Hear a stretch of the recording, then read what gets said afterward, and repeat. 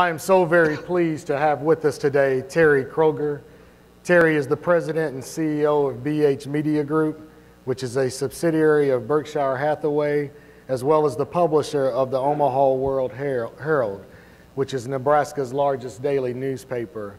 He is also happens to be current chairman of the Greater Omaha Chamber of Commerce, and I've been looking forward to this conversation with Terry as we wrap up today. I will say a note that Rufus Friday, our president and publisher of the Lexington Herald Leader, he really did make every effort to be here today, particularly this session, but was not able to make the travel today. Thank you for being with us, Terry. Let's welcome Terry today. Thank you.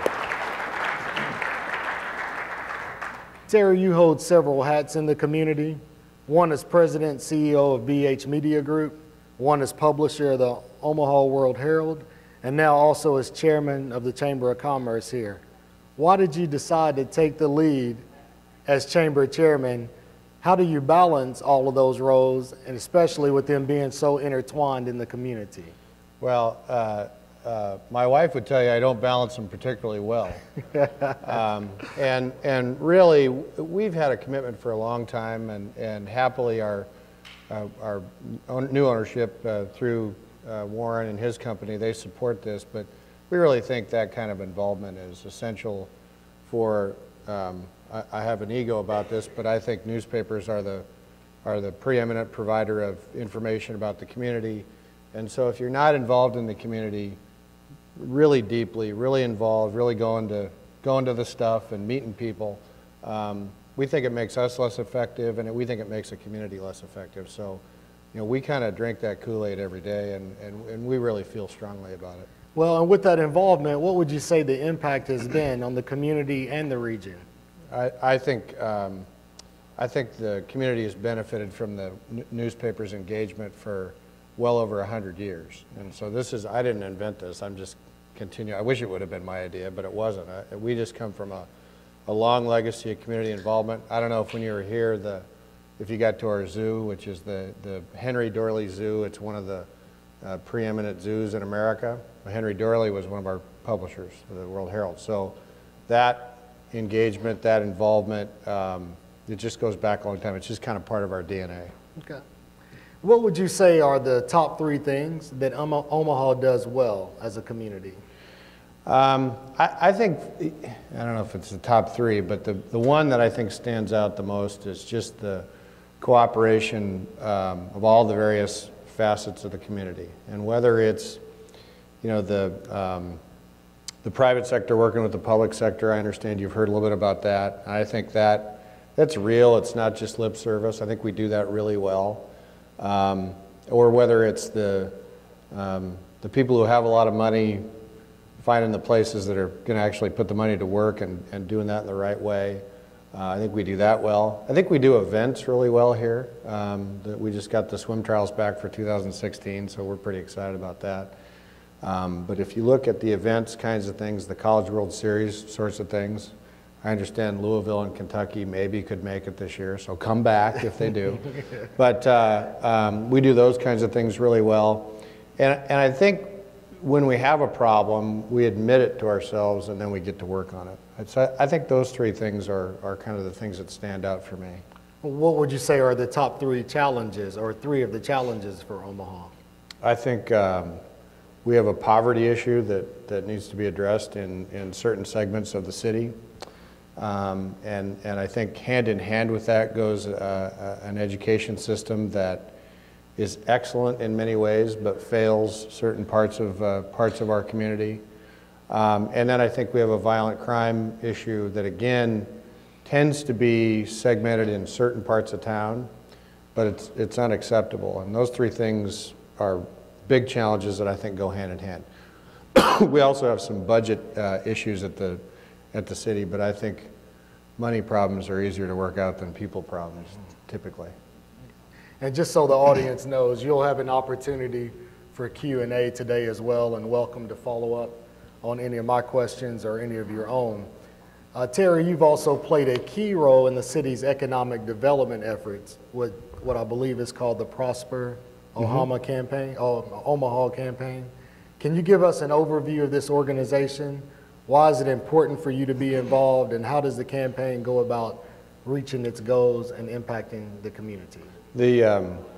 What we're really talking about is a series of 5-year fundraising and activity drives. It started as I think called Target Omaha, which was really after we lost the BMW plant to somewhere in South Carolina, and I can't remember where that is, but we lost that, and the city folks, the city leaders said, you know, that's unacceptable. What are we going to do about it to make sure we position ourselves so we don't, you know, our batting average goes up? And so it's been a series of fundraising efforts to promote, not only promote the city across the country, but be prepared when somebody comes in and says, well, if you could do this, we'd bring our plant here. We didn't have any mechanism or any money to deal with that at that time. And I want to say that was 20 or 25 years ago. And so we've done a series of those.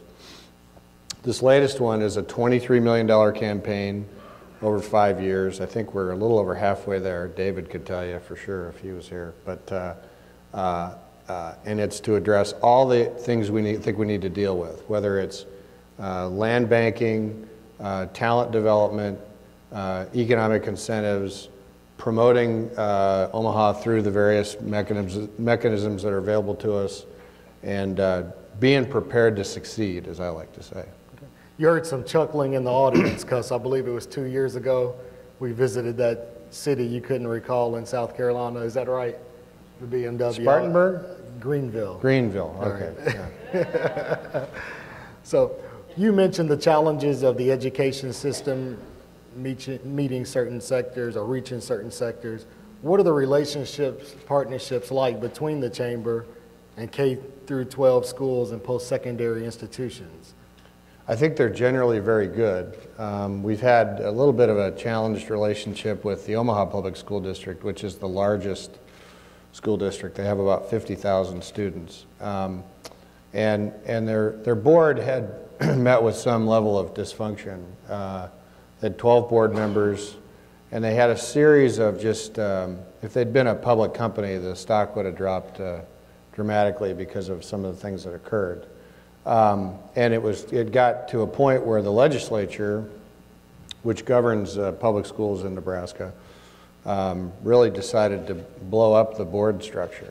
And they shrunk the board from 12 to 9, and they redistricted, gerrymandered, however you want to say that, the way they were mapped out so that all 9 seats will be people who are recently elected, and very few, if any, of the existing board will be reinstalled. Some probably will, but not many. And it was really a pretty radical surgery to something that was pretty, like as I say, pretty dysfunctional. So that's something that's happened here recently that I think will really be good. The business community and the community at large is pretty excited about that. You know, you just don't get very many chances to reboot a school district, and we have that chance. Well, how does the Chamber support local education efforts? Well, we have for a long time done all of the things that we think we can do. We help with mentorship programs. We help with internship programs. When there's a legislative issue that would be helpful to the school district, we try and get in and see where we can help. And you know, all those things have happened for a long time. We just had a management and board structure in recent years that I don't think wanted that kind of help. Okay. And we talked about the education sector. Tell me about how the Chamber and the local government work together. I think pretty well. Generally speaking, if there's an issue that needs to happen where we have a prospect that comes in and is looking at Omaha, we engage the city. The Chamber manages that process because candidly, I think we're better at it than the city is. We manage that process, and we bring in, it might be the mayor and it might be some of the economic development folks from the city. We also have a very good relationship with the governor, and the governor is willing to sell Nebraska or sell Omaha at the drop of a hat. He kind of enjoys that. He's kind of a character in a good way.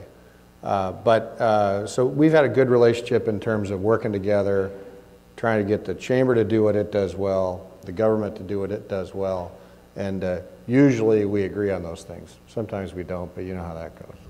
Well, I'd like to get your view on what is the relationship between Omaha and Lincoln, as well as that of Omaha, Lincoln, and the communities in between. Omaha and Lincoln have always had a little bit of a competitive spirit between the two of them. We're trying to take those walls down a little bit. We're trying to get those two communities to cooperate more fully. But there's always been a little bit of a, Lincoln has the state capital, and Omaha is really the business community of Nebraska. And for those of you who aren't great with Nebraska geography, there's not very many communities between. There's some small towns between here and Lincoln. The real question might be the balance of the state, which is about a 400-mile stretch from Lincoln all the way to the Wyoming or Colorado borders. And those two are relationships that the chamber is trying to take a lead in improving those relationships, because you get this kind of, we call it the east-west thing, where eastern Nebraska tends to be the larger economic engine. Western Nebraska tends to be the larger agriculture and in some cases manufacturing engine. And so we need both parts of those, but we need both of those things to do well. And so we try and take down those barriers whenever we can. But human beings are competitive, and we're going to compete with one another. That's just the way it is. Okay. I want the audience to get a chance to know something about you. Tell us about where are you from originally, what, if you're not from here, what brought you to Omaha, what has made you stay in Omaha. Tell us something about you personally. Well, I grew up in Omaha, and so I'm a lifelong Nebraskan, save for a 4-year stint in the Central Valley of California, which I was very uncomfortable doing because I thought those Californians would think that we were, hicks from Nebraska, and they wouldn't want much to do with us. What we found were very, very nice people. We still have a lot of good friends there, and so that was, that was a great experience for me and for my family. I have 2 native Californians in my house as a result of that, so that's kind of interesting. You worked for something out there. But we stay in Nebraska. We stay in Omaha because it's just a very livable city. It's just a very comfortable place for us. I apologize for our early May weather. I would have predicted you had really great sunny skies, and today it's kind of overcast and crummy outside. But better than the 4 inches of snow last week. It's better than that, yeah. So this has been a very strange spring for us. But no, we really just enjoy it, and I think part of it is that the community tends to work together so well that a lot of good stuff gets done. I mean, if you look at this building, the CenturyLink Center, which is across the street, and the ballpark, 15 years ago, none of that was here. And the road in from the airport would not have impressed you. Well, it would have impressed you, just not in a good way. And there was a junkyard, literally, on the drive between here and the airport. And so the cleanup that's occurred, there's just so much going on, and there's so much good energy in Omaha. It's a lot of fun to be here. In the last 20 years, following up on that, what are some of the other significant changes or issues that you've seen happen here in Omaha? Well, I think the business community just continues to expand. First of all, our company, the Berkshire Hathaway, has become a bigger and bigger influence on Omaha and Nebraska. The Union Pacific rebuilt its headquarters here recently, and then if you get, I don't know if you got further west, but TD Ameritrade has just built its headquarters. And so a lot of these companies are finding this a livable place for their executives and for their employees, relatively inexpensive labor, depending on what the jobs are. And so it's really worked out just to be kind of a cool place. Before I ask any more questions, I'd like to open it up to our attendees today. If you want to come to the microphone, if anyone has any questions.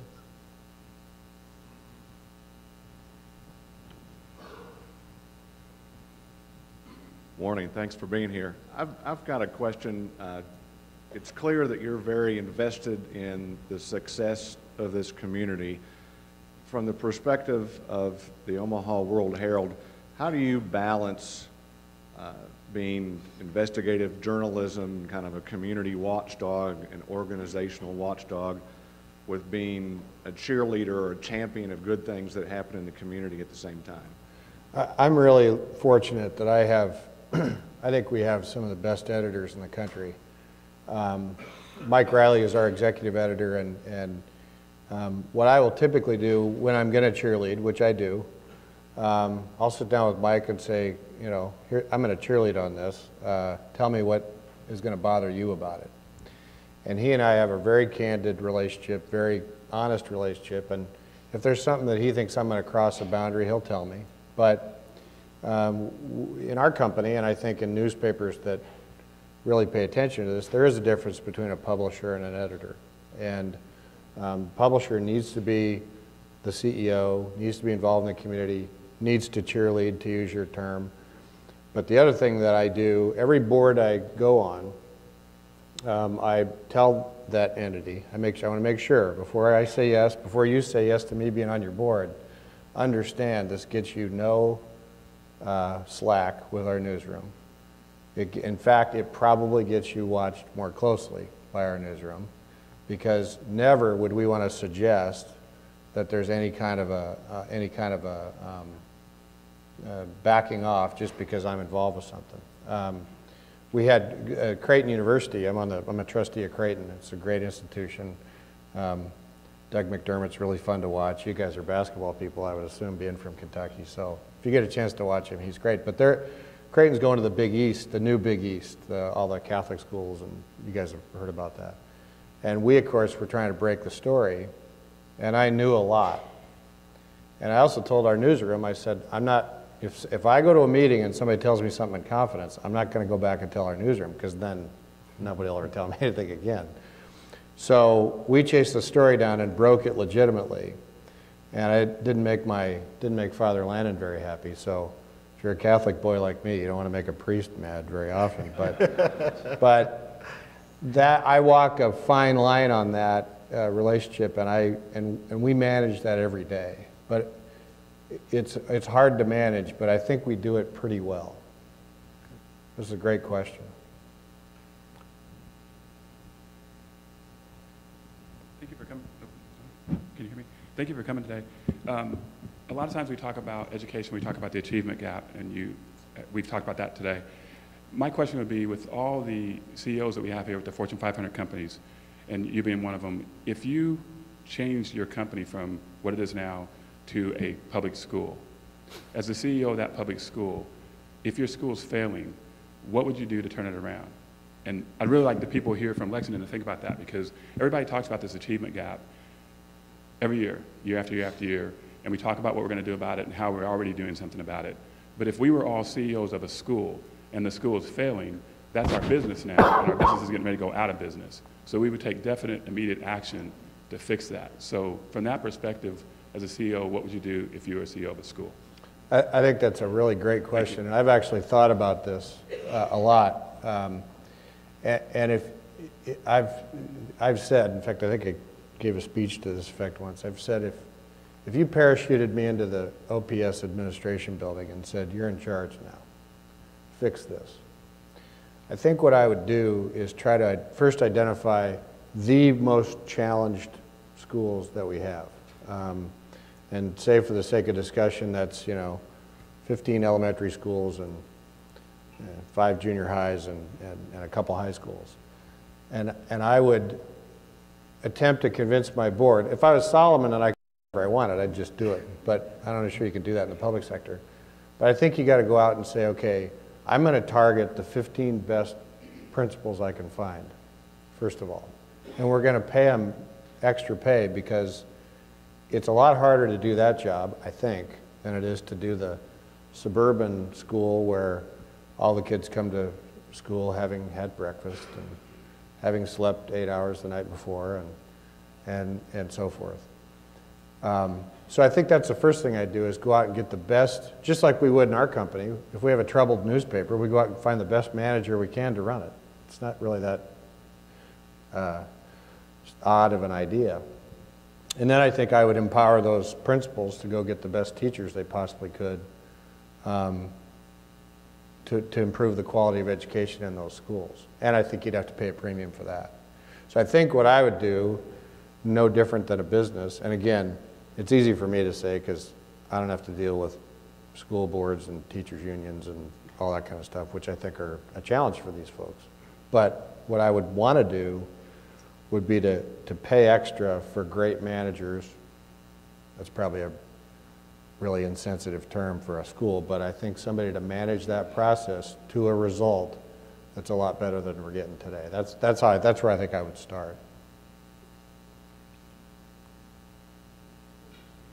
All right.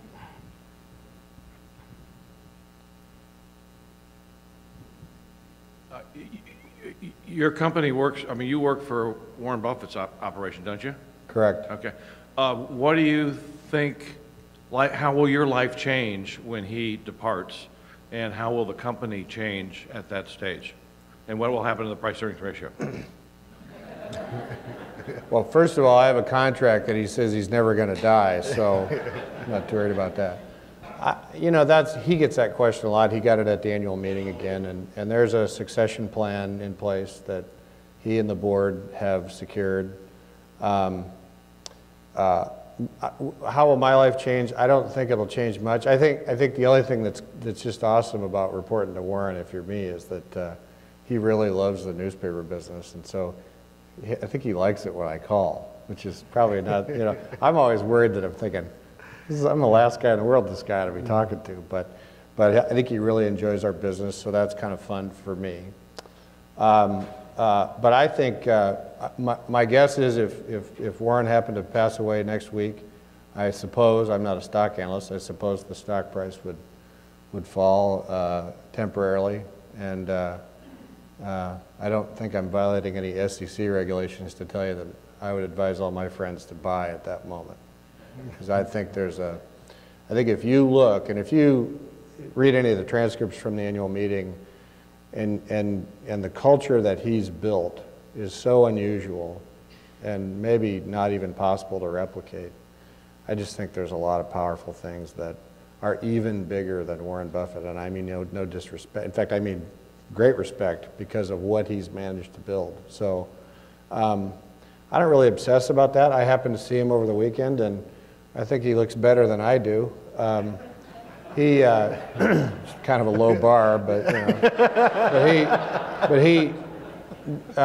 here's what I can tell you. He did all weekend. Saturday, he answered questions with Charlie Munger for 6 hours. They had a dinner that night. He was at the 5K Sunday morning. He didn't run in it, but he fired the gun and handed out the awards and so forth. Did a brunch that day, had events Sunday night, did 3 hours on Squawk Box starting at 5 o'clock Monday morning, and had Berkshire's board meeting Monday afternoon sometime. So I don't think I could do that. So, you know, I just don't see any, there are people, because he's 82, everybody worries about this, but that guy's in great shape. It's unbelievable. So, oh, well, see, I didn't even realize that, but he may go in a really stylish fashion, by the way, but at least I hope he does. But yeah, I don't really obsess with that. And there's some really good people in the Berkshire office, and so that's a really great question. A lot of people worry about it, but I just think the company is just so darn strong. You bet. Other questions? By the way, before you ask any more questions, I just want to tell you, I think it's awfully impressive that 190 people care about Lexington's business community enough to come, you know, get on a plane and go to Omaha and try and improve yourselves. That's awesome. You know, I mean, I'd like to think we could get that kind of attendance if we did something like this, but I don't know. I mean, I think it's really says something about your city. Well, I'm embarrassed because I happen to be in Louisville on Tuesday and Wednesday of this week, and had I known, I would have found a way to get to Lexington. But, next time. So you get a chance to interview people a lot, and yet here you said today as the one being interviewed. How's that working for you? I think pretty well so far. As long as we don't talk about any of those college fraternity parties, I think we're fine. You know? I didn't go back in the background or anything in preparation for today. Any other questions before I ask my final question to Terry? All right, Terry. What's a typical kind of business conversation you have With him? Can you repeat the question? Question is, how do I interact with Warren, and what kind of business discussions do we have generally? I probably talk to Warren on average about once a week.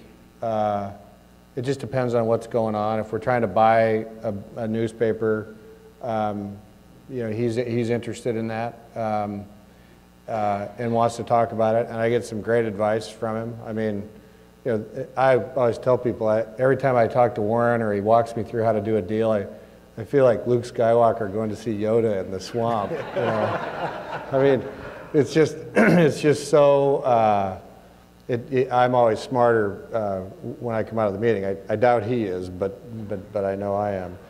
And I try and I figure that you know, Berkshire's market value is now $250 billion. It's the fifth most valuable corporation in the world. First is Apple, and I like our long-term prospects at least as well as theirs. So when I'm going to talk to him, or I have a question, or I have something to ask him, I try to be very organized. If it's on the phone, you know, I try to limit small talk. I just try and get to the here's what's on the menu today, and here's what I want to talk about. And I think he appreciates that. Having said that, if you want to chit-chat with him, he never acts like he's in a hurry. He always has time for me, which baffles me, because we're a pretty small fish in that $250 billion pond. So I think he's the best boss you could ever imagine, in terms of you learn a lot from him. He doesn't interfere with what we're doing. We have a mayor's race. We have an election on Tuesday. We endorsed Gene Stothert, and Warren gave money to the mayor who's running for re-election. So he didn't call and say, here's how I want you to handle this. Nor would he, by the way. That's not his style, and he understands that separation between the owner and the editorial page. So my interactions with him are always positive. And there's a shocking access, I think, that I have, that I honestly don't think I really deserve, but I have. Does that answer your question? Any other questions? Back here. Is Berkshire have a strategy to funnel marketing dollars for the company? You know, Berkshire's really interesting in that there is no formal synergy program whatsoever. Now, the operators like me are smart enough to call each other and work out things that might be of mutual benefit. But no, there's not. One of our largest advertisers happens to be Nebraska Furniture Mart, and it has been for decades. And those negotiations are probably a little friendlier, but they're still competitive, which as they should be. So no, there's really not. We started doing some ads across the country for Geico, but again, that was because I met Tony Nicely, and he called and said, you know, basically, how do I get some really cheap rates in your newspapers, which we gave him the same answer we'd give anybody else. But we try to do those things, but there's no orchestrated thing from the corporate office. Terry, we've been here 3 days. We've seen your community, which is quite impressive. You did not disappoint last night with the steak from Omaha. We had a wonderful dinner last night at 801 Chop House. If there is That's my favorite, by the way. Good call. If there is one thing, one great nugget that you could give us to take back to the Bluegrass region to help move our community forward, what would that nugget be? You know, I think the first thing, I don't care if you're a business or a community or a chamber,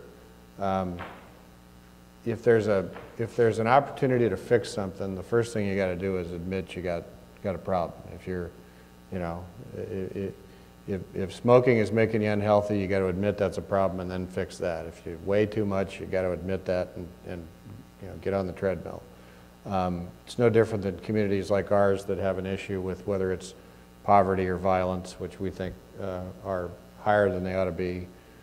The first thing you got to do is look in the mirror and say, let's go fix that. So I think that's the first thing, and then the other thing is if there are things that can get done, like TD Ameritrade Park or the CenturyLink Center or the Holland Performing Arts Center, or take your pick, and I know there's opportunities like that in a city like Lexington, just forget about who gets the credit for it. And that's the thing about Omaha. There are a lot of people who had huge parts to play in all those projects, and those will never be in the newspaper because they're just people who work behind the scenes. And so I think that's part of the secret sauce in Omaha, is that you got people doing things that don't really care if they ever get recognized for it. Ladies and gentlemen, how about a warm round of applause for Thanks Terry again. Kroeger. Thank you. Thank you.